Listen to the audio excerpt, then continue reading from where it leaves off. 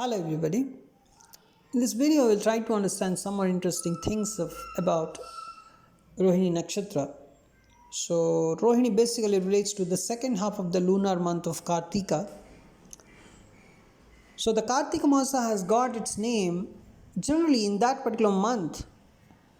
A full moon occurs in Kritika Nakshatra, so it has got the name of Kartika Masa, that is, a month of Kartika. And in the Kartika Masa, that is in the month of Kartika, the second half of the lunar month actually belongs to Rohini Nakshatra. So it usually corresponds to the month of November in the solar calendar. So the second half of the Kartika Masa you can see in the month of November. Rohini is also related to the second Tithi, that is Vidya, you say, some people call it Ditiya or Vidya. So that second Tithi of waxing and waning phases of the moon's monthly cycle also related to the Rohini's energy.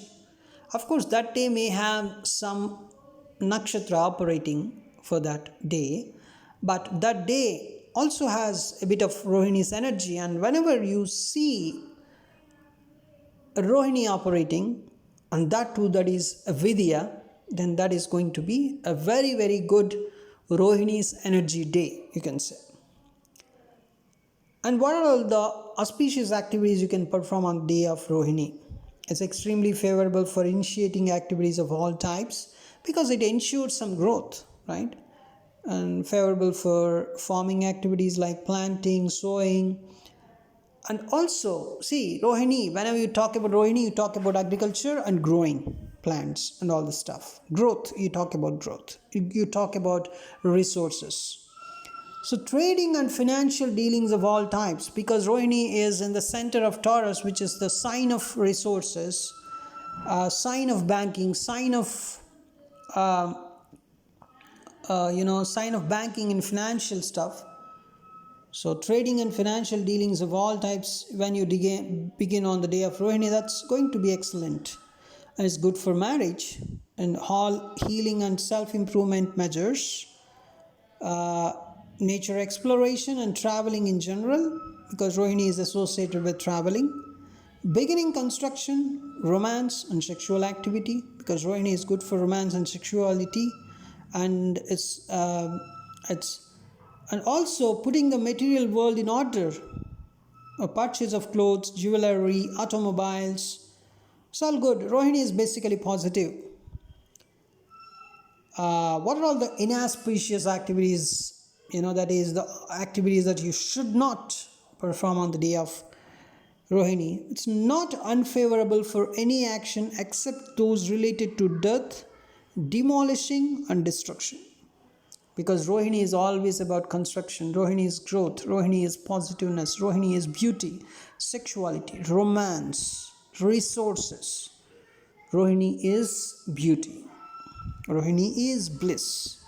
So the negative things like death, demolishing, destruction, these are all, seem to be a bit negative. Because what Rohini is saying improve on the material plane, enjoy the life. Have more resources, have more money, enjoy, have sex, have romance. This kind of behavior is Rohini basically. So Moon and Venus are the two planets connected with Rohini. So Moon is Rohini's main planetary ruler.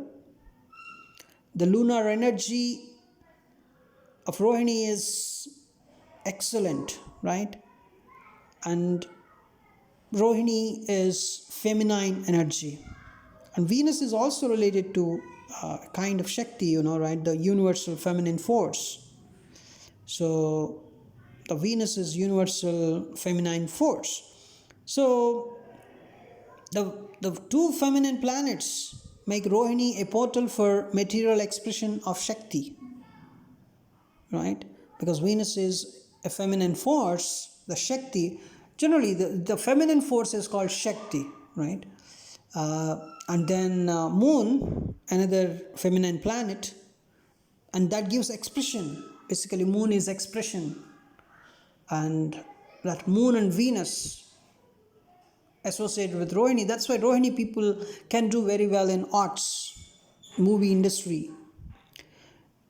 Moon's natural grace, nurturing ability, and maternity combines with Venusian charm, creativity, and productivity. So that is Rohini. So Rohini is one of the most fruitful nakshatras, you can say. It's the most feminine amongst all the nakshatras and therefore the most receptive and productive. Just like Mother Earth, it provides for all without bias. In the present times, however, Rohini is exploited basically because you can see in the movie industry, even the beautiful things are exploited, right? See, just as the Rohini is exploited, just as women and Mother Earth in general are exploited in the Kali Yuga, they are exploited in the dark forces which rule our planet. The planet is basically ruled by dark forces, and currently in the Kali Yuga, that's why it is called as Dark Age, and the dark forces are, of course, our minds, right? So bad minds, you can say.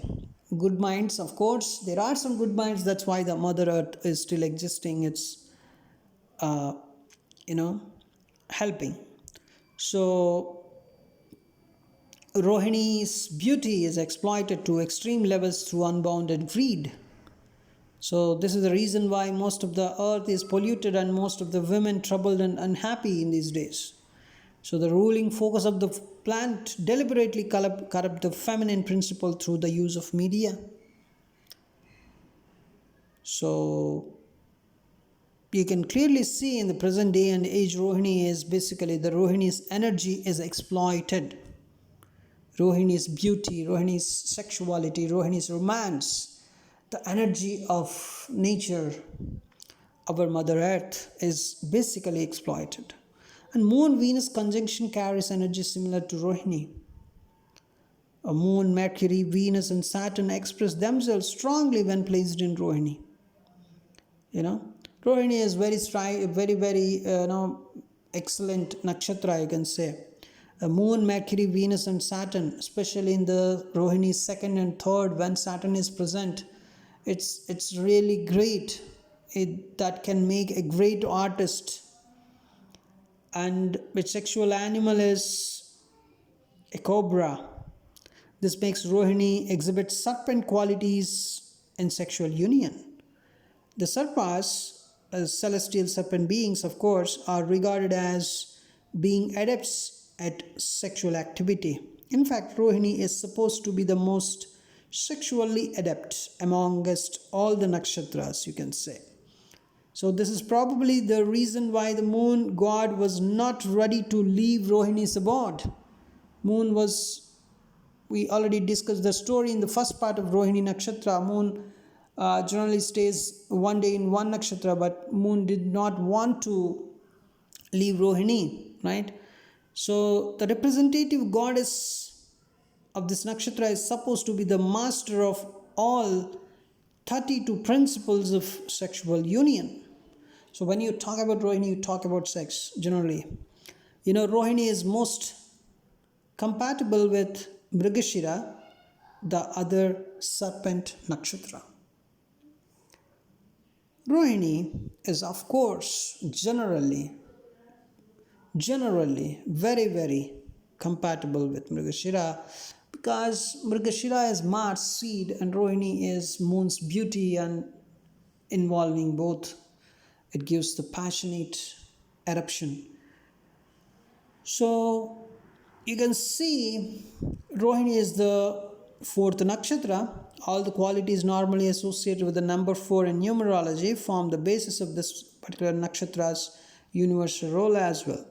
4 is the number of structure and concreteness. So the material universe takes form under the energies of this nakshatra, I can say. So the fire of Kritika, Kritika has a lot of fire, we discussed. The Kritika's fire is transformed into the earth element, as we discussed the story of Kritika, right? So in the Kritika Nakshatra series, So the fire of Kritika is transformed into the earth element because Rohini is basically earth. So in the language of physics, you can say that pure energy condenses to form physical atoms, molecules. So Rohini is representatives of Brahma's power to turn energy into mass. It's tangible matter, right? So energy is not visible, whereas mass is visible, the tangible matter. So when you talk about Rohini, you talk about Brahma. So Brahma likes Rohini, and Rohini is earth, Kritika is fire. Fire turning into earth. That particular transformation is also associated with Rohini. So in the modern days, you can see the Rohini's role in creation, in fertility, passion, in abundance. Rohini is about abundance. Rohini is about creation, passion. So, and you can clearly understand Rohini's energy is beautiful. And another interesting thing to note here, Empress card, right? The Empress card, it carries the symbol of Venus, a planet very strongly connected with Rohini, right? So the truth of the matter is that the word tarot is derived from the word tarot, which in turn comes from the Sanskrit term tara, meaning star. So all the 21 cards of the major arcana in this pack have been derived from the 21 main attributes of the great mother goddess Tara and the Jagadamba, you can say, right? So that is very interesting. So Rohini is associated with the Empress card in the tarot stuff. See, in the modern day tarot pack, if you take the tarot pack, the fourth card, what is the fourth card? The Empress. It represents Rohini's role in the game of life as a great fruitful mother goddess representing fertility, warmth, passion, and abundance. So she is supposed to represent Maya as she creates an earthly or material paradise. See, Rohini can be seen as a channel through which the divine expresses itself through matter. That's what I want to tell. Kritika is fire, whereas Rohini is matter. Rohini is earth. So the divine wants to express, the divine fire wants to express itself. How it can express? Through some matter, right? So that matter is Rohini. The divine fire is Kritika. And that's where the creation is happening. That's where Brahma is associated with Rohini. The creation, the power of creation.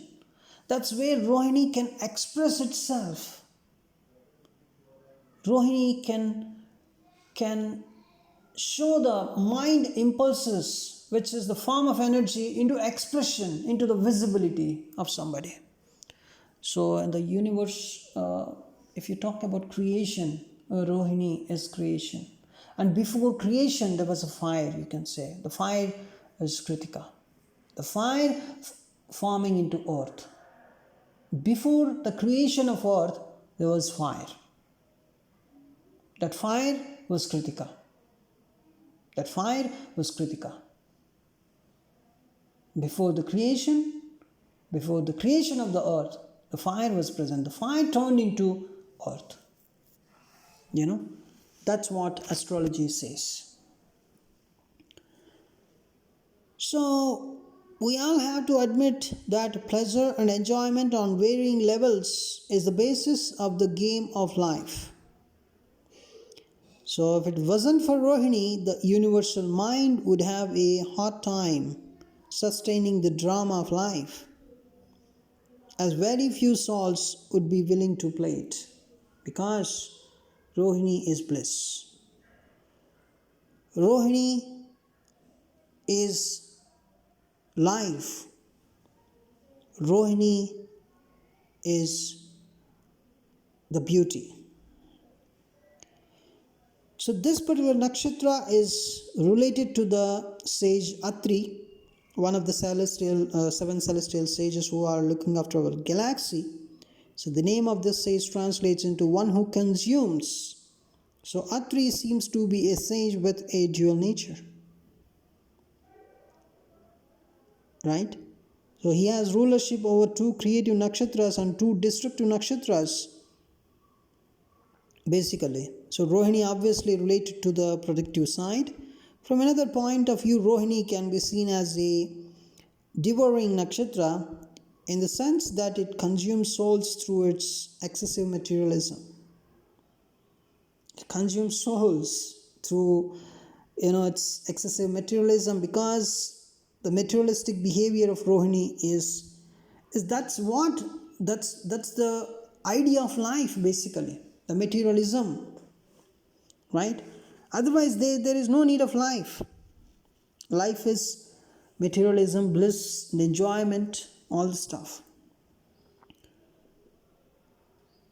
And the remedial actions, if your Rohini is afflicted, the first one is reverence towards cows, earth, and nature in its various forms is the best way to get on the right side of Rohini's energy. If you have some bad planet in Rohini, some bad Rahu in Rohini, then yes, you may need to show a lot of reverence towards cows and earth. So worshipping Brahma, of course, is not sanctioned by Vedic literature. Vedic literature says do not worship Brahma. So Brahma is under the curse of Shiva, which doesn't allow for his worship on the earthly plane. So that is the best remedial action for Rohini. They show reverence towards gods, cows and earth and nature. That's how you can avoid Rohini's bad energy in you. So its sexual animal, besides it's a cobra, basically. So this makes Rohini exhibit a lot of sexual qualities in sexual union, as we discussed. And there is, as we discussed, Rohini is related to the number 4, and even in tarot cards you can see the number 4 card associated with Venus and all this stuff. See, all these things are based on the principle of creation. It may sound very strange for you, but it is all related to how the things are actually created, how earth is created, how after once earth is created, how it is developed based on the similar pattern. The pattern goes on, right, even in future, right?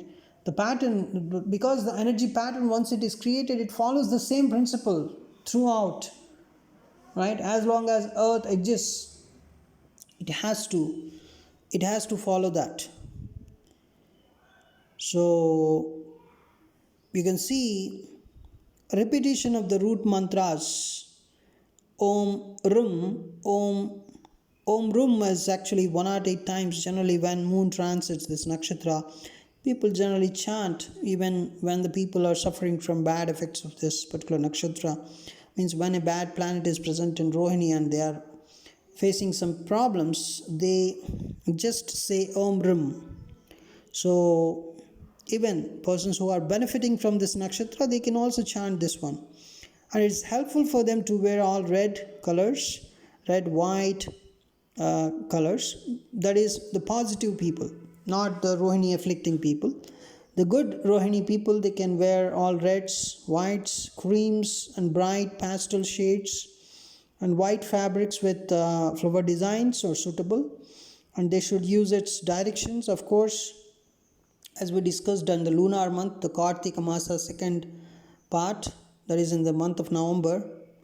So I'm also making this video in the month of November as a coincidence. It's not just a coincidence, it's the energy pattern that's running, right? That's why I'm making automatically. So on the days when moon transits Rohini, better they undertake all kinds of things that they do, because Rohini is good for everything except some destruction. So Krishna, if you see, Vishnu's 8th incarnation, was born with both his ascendant and moon in Rohini. Just imagine the beauty of Krishna. So most Indians are aware of Krishna's personality and life, and can therefore easily relate his life with Rohini's functionings. So Krishna was known for his beautiful eyes, strong personal magnetism, and the ability to find material manifestation of all kinds of thoughts into desires. He can manifest anything. He can manifest his thoughts and desires into actions. He is very, very expressive, creative. He is artistic. We know so many things about Lord Krishna.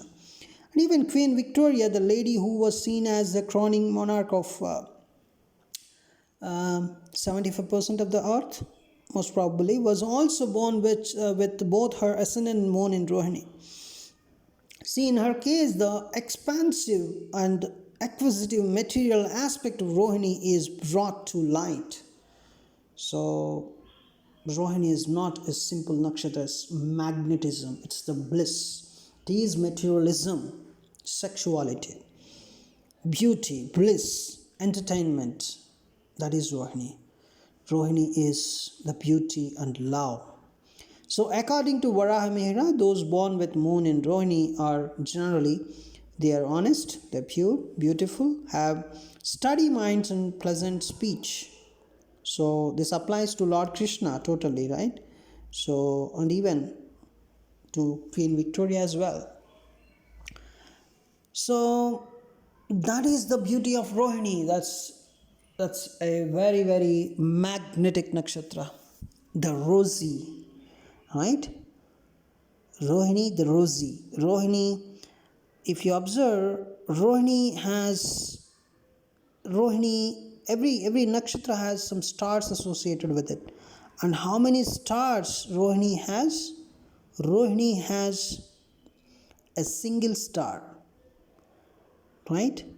The pale rose star with visual magnitude of 0.99, right? So that is Rohini, the Alpha Tauri, right? Thanks for watching this video. In our next video, we will try to discuss Ashwini, Bharani, Kritika, Rohini, then Mrigashira. We'll try to discuss Mrigashira in our upcoming video. Thanks for watching this video.